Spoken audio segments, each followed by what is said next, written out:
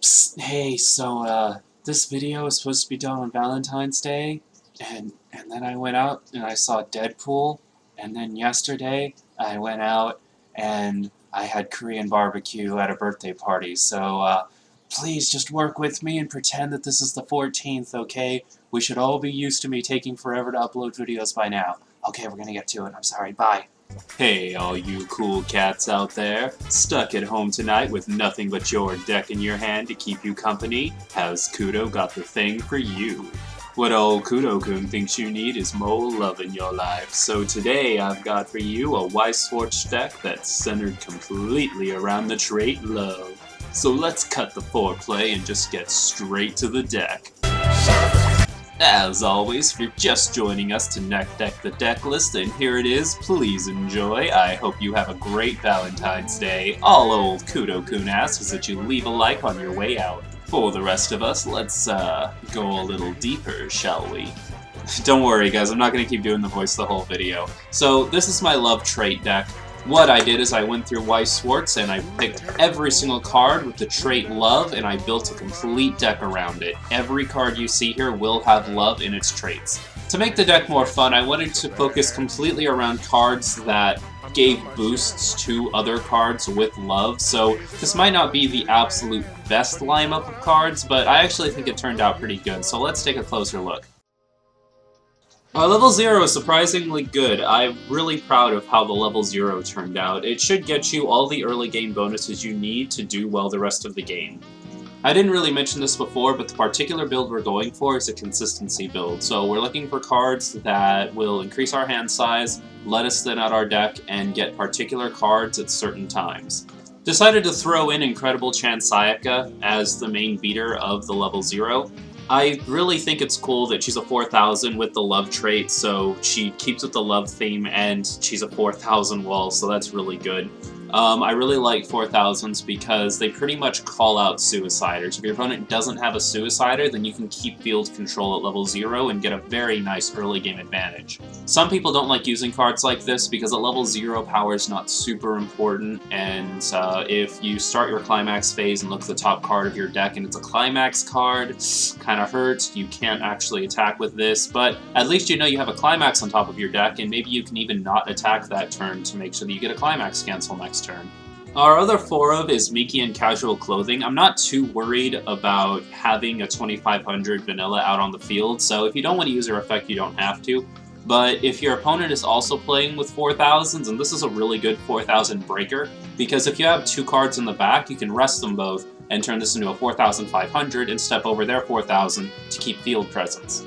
If I were taking the deck a little more seriously, I might bump this down a little to raise some other things, but I really like playing with 4 of these because it's a really good assassin. It's pretty much the power that you need at the time, and you're not really doing anything with your back row anyway, so you might as well have a 4500. I was really excited to get to throw Azusa Easily Lost into this deck because I think its effect is really cool. When you play it for the first turn, then you look at the top card of your deck, and if it's Climax, then you can't attack with this card. But again, I don't really mind getting a look at the top card of my deck because if it's a Climax, then I know not to attack that turn anyway, and I can just end my turn, give my opponent a Climax cancel, and everything's good. And I really like the fact that it has a second ability too.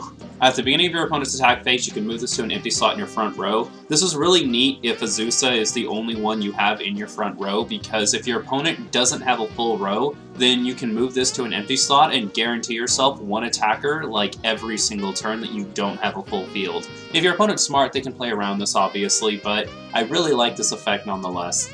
Another kind of neat combo play you can do with Azusa and Miki is if you put Azusa in play and you reel the top card of your deck, and if it is a Climax and you can't attack with this card, you can move it to the back row, play a Miki, and then rest this to give the Miki plus 1000 power, and you can attack with a 3500. And during your opponent's turn, you can actually take this and move it to one of the empty slots in your front row to stop your opponent from getting a direct attack if you really want. It's not the best tech in the world, but any tech is tech. Keeping with the idea of consistency, we get to look at the top card of our deck. So if we look at the top card of our deck and it's something that we kind of want, or if it's something that we can use at a particular time, having something like this is really useful. What you can do is you can put Sayaka in play, move her to the back row, and rest her to give the Miki plus 1000. And you can still use its effect where you can pay 1 to draw a card, and then discard a card. This has a couple of uses. First of all, because we're looking at the top card of our deck for like 7 of our level 0s, if it's a good card that you know you're going to need, you can pay 1 to draw into it and then discard a card that you're not going to need. Its other kind of neat effect is, because we are going to be checking for a Climax, if we do happen to have a Climax but we want to attack anyway, you can attack, trigger the Climax, no big deal. You can just use Sayaka's effects to pay 1, get rid of the Climax, and then you get to draw a card, discard a card, and then you get to keep attacking without piling more cards on top of your Climax. As you can see, consistency, main key to your play. You know, it's funny, Juvie is probably the most powerful love character that we have, but she's really underplayed in this deck. Her first effect is, again, an effect that lets us check the top card of our deck and put it either on top or bottom. If I went back and remade the deck, I might actually bump this up to 3 or 4 and bump the Miki down a little bit, but we have what we have. But anyways, check the top card of your deck. You can put it on top or bottom. You know its uses.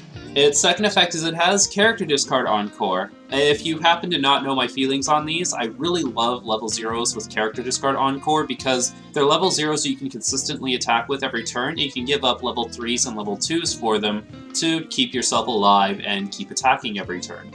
I'll admit, level 1's kind of a weaker level, but we still have our plays. One thing I will mention is there's a red level 1 that we could have used that's actually really good, but the deck just doesn't run enough red to justify trying to pull it off.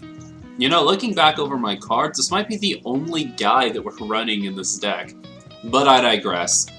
During your opponent's turn, all your characters with love gain plus 1000 power. Our characters are really weak, so giving them this extra 1000 power boost during your opponent's turn to force more side attacks is a good thing. It's got a pretty neat Climax combo too that we are going to utilize. When you play Warrior of Love to your Climax zone, if this is in the front row, you can pay 1, and you can search your deck for 1 more of this card and put it in any slot on the stage. So you can choose to use this to get yourself another attacker, or you can move this to the front row and then put another Zavi in your back row so you can attack with this one but still get the effect. It's getting field advantage, it's thinning our deck, everything about it is fantastic. Our main beater is going to be Live in the Moment Azusa. For all of your love characters, this gains an extra 500, so potentially, if you're playing with a full field, this is a 6500 base with no cost. It does have the effect where during this card's battles, like, neither player can use backups. That's not really relevant. It doesn't hurt us because we're not running any backups in this deck, but it also doesn't really hurt our opponent because, like, let's be honest here, 6500 isn't, like, so powerful that it's going to be stepping over a bunch of things and your opponent's going to need to back up. It's decent enough, though. 6500 during your turn to step over stuff, and 7500 during your opponent's turn if you have a Zavi in play, 8500 during your opponent's turn if you have 2 Zavis in play, 9500 if you happen to use Zavi's effect and have that Zavi and then 2 Zavis in the back. For a free card, you really can't complain, and we want to be keeping our stock as heavy as possible. There's a theory about Weiss Schwarz that I have, where every 5 cards in your deck that aren't a Climax are equal to 1 Climax, because if you do the ratios, that's about how it evens out. So for every 5 stock you have that isn't a Climax card, it's the equivalent of having 1 extra Climax card in your deck. As far as ratios and Climax canceling goes, of course. The last level one we'll look at is Juvie, a Maiden of Love. Honestly, the fact that we're running this card is the reason that I bumped the other 2 up to 4. If I wasn't running this card and I was running a different one, then I might actually take the other 2 down to 3. But this card, honestly, should never hit your field unless you are in dire need of an attacker. So it has Alarm. If this is the top card of your clock and you have 4 more characters with either Love or Ice, we don't have many Ice, so Love. At the beginning of your Climax phase, you can search your deck for 1 character with Love, put it in your hand. Again, this is deck thinning, this is searching for particular cards that we need at particular times. This is useful at every single stage of the game. You can use it 0, 1, 2, maybe Nahat 3. But you get this card in your hands, you clock it, and at the beginning of the Climax phase, you can search your deck for a card and put it in your hand. That's pretty sweet. God help you if you have to play it, though, because it's 1 for a 3000 vanilla. Our level 2 looks pretty beefy, but it's really only running one extra card from level 1. It's not the most powerful level 2, but we have the freedom to run so much variety in our level 2 that it's a very situational level 2, and I think that makes it really fun to play. So this chick Ronka here is kind of our main level 2. We want to be using her because she changes into the level 3, and the level 3 is fantastic. So it's got its change effect, pay 2, put this in waiting room at the beginning of the encore step if this is rested, so you can side attack with it, or you can attack an open spot because she's only 6,500 and that's bad. And bam, you have yourself a level 3. I don't necessarily like this kind of change because it leaves your opponent one turn to try and attack and get over it, unless this is in the back row or something, and if that's kind of weird. I mean, technically, you could use some kind of effect to rest this while it's in the back row, and then during the encore step, turn it into the level 3, but I digress, okay? If you can find a way to get the level 3 out and then keep it alive, this is a really good card. Its other effect is pretty neat too. We can use our stock to choose one of our characters and give it plus X power, where X is 500 times the level of that character. It's sort of like having a one-cost level support, which is kind of neat, and I kind of like it. One of the other things that's really cool about this is this isn't a once-per-turn effect, so if you really do want to put this in the back row, you can use this effect like over and over again to make a character as beefy as possible to step over pretty much anything. For level 2s, every one you pay is going to boost it by 1,000, and for your level 3, every one you pay is going to boost it by 1,500, so, you know, you can do the math, it's pretty awesome. Especially considering our main beater at level 1 was free, so we should have plenty of stock at this time, and you can start getting rid of your stock now if you've already deck refreshed. This is the last Juvia we'll be looking at. When this card attacks, if you have Waterlock in your Climax zone, you can choose an opponent's level 3 or lower character, so pretty much all of them, and that character can't stand during your opponent's next stand phase. This is really cool. It pretty much takes one of your opponent's attackers just out of their turn. If they're idiots, they can fill up their field and get rid of that card and switch it out with another one, but that just takes so much hand advantage to do. If you can get them to that point, then it's a plus either way, I say. The other thing that's really cool about it is it has Super Encore and swings for 2 soul. So if you absolutely need to side attack with this, it's not as bad. Well, I guess it's still kind of bad, but if you have to, you can, or you can just run it into crap and discard a character card from your hand to keep her alive. We're rocking another Azusa. If you have 2 or more other love characters against plus 1,000, so it barely becomes an 8,500. But its other effect that activates twice per turn is when you play a love character from your hand to the stage, this gets plus 1,000 power. That's pretty decent, so overall we can get her up to 10,500, and I mean 10,500 for one cost isn't that bad if you can play around her. That's why we're not running too many of her. If you have to get one in your hand, or if you have to search for one using Juvia's effect, then you can play her, play 2 more love characters, and swing 10,500 into something for like 1 stock, and that's pretty okay. Finally, we hit a Flan card. I actually thought Flan cards were going to flood this deck, but no, a lot of the Flan cards aren't that good, or they don't have the love trait, which is really weird. I love this card. I wish I could find a way to run more of it. In fact, if I were going back and remaking the deck, I would look for a way to bump some of my other numbers down and run this at a full set of 4, or at least 3. This gives plus 1,000 power to all of your love characters, regardless of whose turn it is. Like, it's way better than Zavi, but the reason that we're running this so low compared to the other cards is you have good enough search you can get it in the back row, and honestly, like, once you get in the back row, like, there's no reason to draw any more of them, and you have such good search in the deck with Juvia anyway. I honestly think running it at 2 is kind of the right decision right now, but I do wish I could get that 3rd in there somewhere.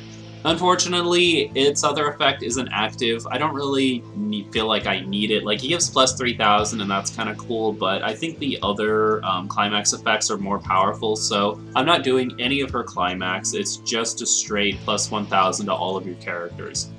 We're running 1 copy of Ronka, Naive, and Romantic. It's a 10,000 that swings for 2 soul, and I think that's really cool.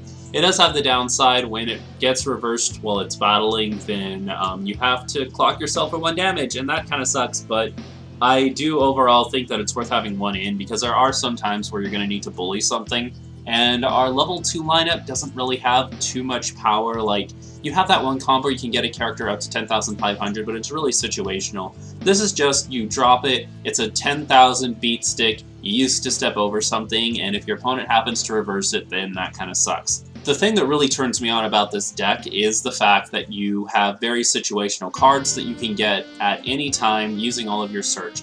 So you play a Juvia, and bam, you've got yourself a 10,000 and you play it and it's just awesome. Like, everything's about it's great.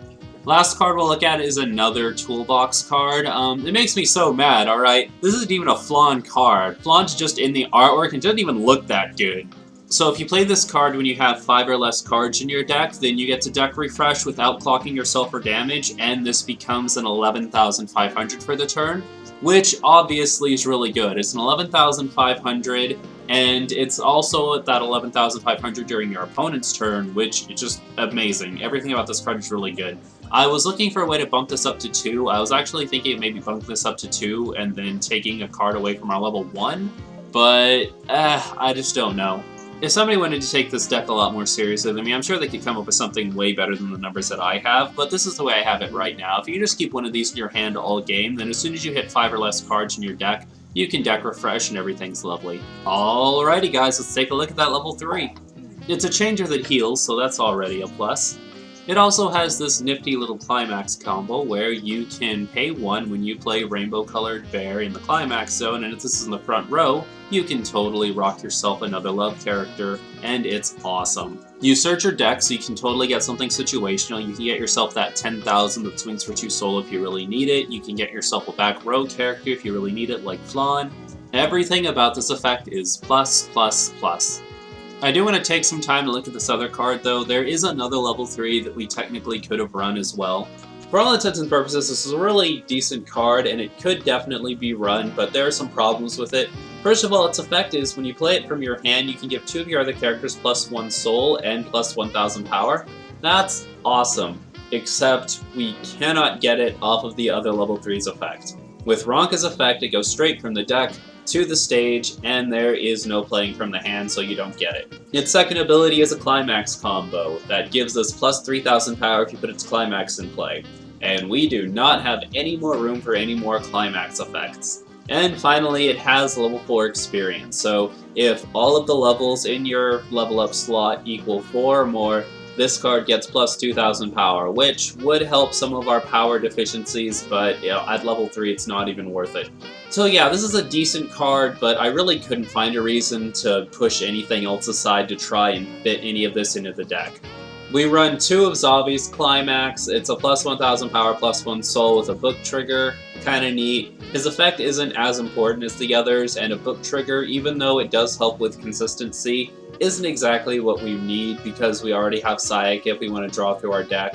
But, it's mainly just to pull off Zavi's effect once or twice. We're running 3 of Ronka's effect. I would put in the 4th if I really could, but I really just don't see a viable way to. Obviously her powerful effect is something that we want to be using very often, so we have 3 of these, and the gold bar trigger, so if you happen to trigger this card or reveal it at level 0 from one of your level 0 effects and see that it's this card, you can purposefully attack into it, and it'll never go to your stock. So you can guarantee you have some of these in your hand at level 3 to be pulling off some Ronka effects, and your stock gets filled nonetheless. Finally, we have Waterlock, and yes, I was so lazy that I literally just got an English version of the card from Ideal 808 and put it up here. So, you know, check out Ideal 808 for all of your English Weiss Schwarz shopping needs. They've got really great prices, their shipping is great, and you should totally check them out today so they don't sue me for putting them in this video. But anyways, it's just a double soul trigger. When you play it, you draw a card and give a character plus 2,000 power. That's neat, I guess. We're really just running it for Juvia's effect. When you're redrawing, you can pretty much do it like usual. Keep level 0s, get rid of level 3s, especially because they're change targets, get rid of level 2s. The only things I would say is, if you can, try to keep at least 1 copy of Juvia, the level 1, in your hand so that you can look for something later, and try to keep your super robot whatever thing that lets you deck refresh if you happen to get it in your opening hand. Even though it's a level 3, I would try not to get rid of it yet, Only get rid of it if you have absolutely no level 0s. Even if you have no level 0s, try to keep the level 1 Juvias in your hand, because you can totally clock them, draw 2, and if you still don't have any level 0s, you can search your deck for a level 0 that you can play next turn. Your level 0 honestly shouldn't be that difficult. It will take a little bit of manpower. Play those Sayakas. Those Sayakas are going to be your absolute #1 card that you want to have at level 0. If your opponent doesn't look like they're playing with, like, totally powerful 4000s or whatever, then you can go ahead and throw those Mikis away as if they're, like, 3000 vanillas. You mainly want to be playing cards that let you check the top card of your deck so that you can just, if you need to, you can Sayaka draw into them, or if not, then you can just attack without fear of having a Climax cancel. Oh, not Climax cancel, stock your Climaxes, I'm sorry. So, order of importance, you want to go Sayakas and Mikis, and then cards let you check the top card of your deck, and then your, like, Sayakas that let you draw into stuff. And everything else is below those. Level 1 should be pretty easy. Fill up your field and rely on those 6500s that are free. They should have enough power to at least stay alive for a while. If your opponent is running something really powerful at level 1, there's really nothing that you can do about it. So, you know, just run stuff into their level 1s if you have to. Get them to level 2 as quickly as possible. Level 1 is not the level that you want to be playing this deck at.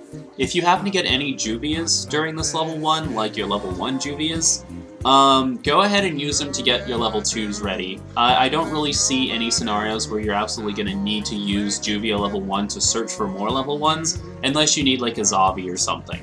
But yeah, 2 Zavis in the back and 3 Ronkas in the front, and you should be good to go. Level 2 is when your toolbox opens up, so really here it's just going to be playing Ronka, trying to get off Ronka's effect to get to level 3, and then just wrecking face with whatever tool you need at the time.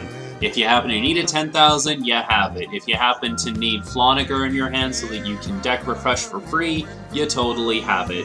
This is going to be very, very, very situational, so I can't give you an exact guide map to what you should be doing, but what I can tell you is Ronka is like the most important play that you can pull off. So try to get that level 2 out there, try to change it into level 3, and Flan is the #1 card you want to be trying to get in your hand if you totally can. In fact, if you don't have Flan and you happen to draw into your level 1 Juvia, then I would definitely use it to get Floniger into your hand, because that card is really important. Get the 10,000 if you need it, I think I already said that. Get 2 soul attackers if your opponent's field isn't looking that scary, or if you just really need to get to level 3 really quick, like if you're getting behind at level 2 or something, then the 2 soul attackers are obviously going to be your main priority, but you can really just play this however you need to. At level 3, hopefully you've already got a couple of Ronkas on the field. If you don't, try to get those Ronkas out now. Don't even bother trying to pull off the change effect. She heals, and that's really good. She searches for characters, that's really good. Pretty much keep doing what you're already doing, but don't use the toolbox to search for that 10,000 beater, because it's not going to be relevant anymore, and if it gets reversed by your opponent's level 3s, you're going to clock yourself to death. Thank you guys so much for watching. If you enjoyed this video, please leave it a like. Those things really do help us out. Leave me your thoughts on the deck as well as suggestions for future videos in the comment section below. And finally, subscribe to stay up to date on the latest Kudou news. Enjoy your card games and your Valentine's Day, nerds. And you know, if you want to send me some chocolate or something, you know, just hit me up in that inbox and maybe we can work something out, or, you know, whatever. Forget I said that. I'm sorry, guys. Just enjoy your day, okay?